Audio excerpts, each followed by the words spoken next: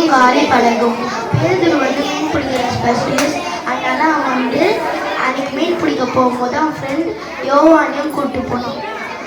அவன் வந்து நிறைய மீன் கிடைக்கும்னு நினச்சானா வலையை போட்டால் ஒரு மீன் கூட கிடைக்கலாம். நிறைய இடத்துல வலையை போட்டு பார்த்தா மீன் கிடைக்கலன்னு திருப்பி கடல் கறிக்கு அவன் வந்து ஏசப்பா வந்தனால அங்கே வந்து நிறைய கூட்டம் போடிச்சான்.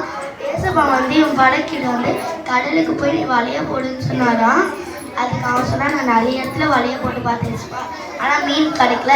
இருந்தாலும் உங்கள் பேச்சு கீழ்படியில் நான் வலையை போடுறேன். எனக்கு வந்து மீன் பிடிக்க போனோம்னா அப்போ வந்து அவங்க போடும்போது ஒரு மீன் கூட வரலாம். அதனால அவங்க நிறைய இடத்துல போட்டுட்டு திருப்பி வந்துட்டாங்க. அடுத்தது ஏஸ்பாந்தெல்லாம் கூட்டம் கூடிச்சான். அதுக்கப்புறம் இதோட ஏஸ் பார்த்து கடலுக்கு போயிட்டு இது வலையை போட சொன்னாங்க. அப்போ நிறைய மீன் வந்துச்சான். இல்லை அந்த போட் நிறைஞ்சி இன்னொரு போட் நிறைய அளவுக்கு மீன் வந்துச்சான்.